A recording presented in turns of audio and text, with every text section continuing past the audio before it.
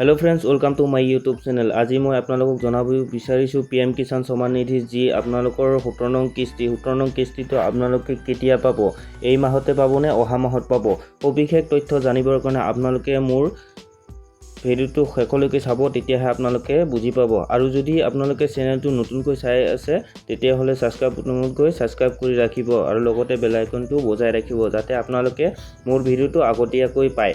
লগতে আপোনালোকক জনাব বিচাৰিছোঁ যোৱা 16 নং কিস্তিটো আপোনালোকে 28 ফেব্ৰুৱাৰী তাৰিখে পাইছিলে। এতিয়া মই আপোনালোকক জনাব বিচাৰিছোঁ যদি আপোনালোকে 16 নং কিস্তিটো আপোনালোকে পোৱা নাছিলে তেতিয়াহ'লে আপোনালোকে কেনেকৈ পাব। আপোনালোকৰ যদি EKYC আপডেট নাছিলে তেতিয়াহ'লে আপোনালোকৰ যিটো 16 নং কিস্তি হয় সেই কিস্তিটো আপোনালোকে পোৱা নাই।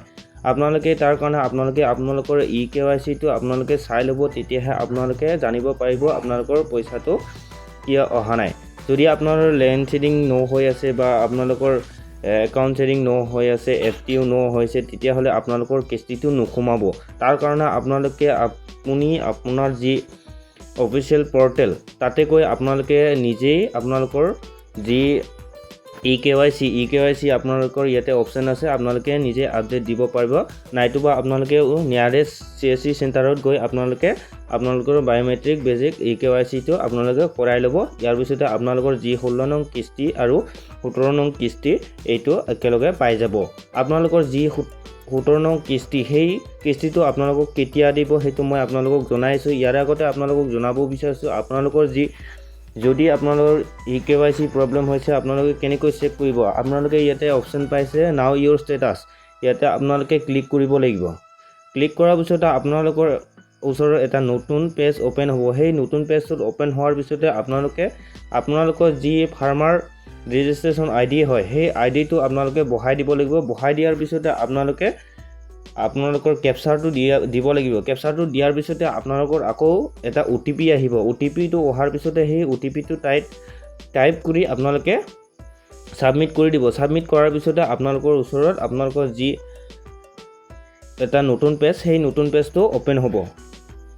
সাবমিট কৰাৰ পাছতে এনেকুৱা এটা অপশ্যন আহিব। এনেকুৱা অপশ্যন অহাৰ পিছতে আপোনালোকে ইয়াতে চেক কৰিব পাৰিব আপোনালোকৰ যি লেণ্ড শেডিং EKYC ষ্টেটাছ আৰু বেংক একাউণ্ট যি শেডিং ষ্টেটাছ সেইটো আপোনালোকে ইয়েছ হৈ আছে নে নাই।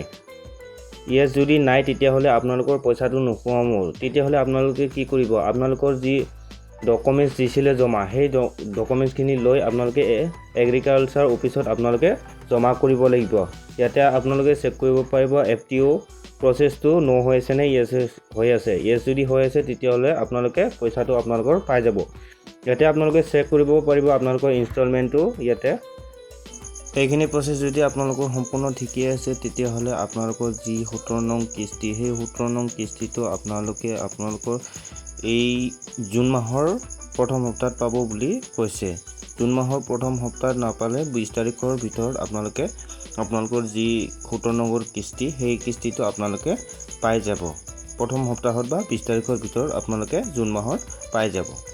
ইয়াৰ পিছত যদি আপোনালোকৰ PM কিষাণৰ কিবা জানিব আছে তেতিয়াহ'লে আপোনালোকে কমেণ্ট কৰিব পাৰে। আৰু যদি আপোনালোকৰ ভিডিওটো চাই ভাল লাগিছে তেতিয়াহ'লে লাইক শ্বেয়াৰ কমেণ্ট কৰিব। লগতে যদি নতুনকৈ চাই আছে তেতিয়াহ'লে সাবস্ক্ৰাইব কৰি বেল আইকনটো বজাই ৰাখিব।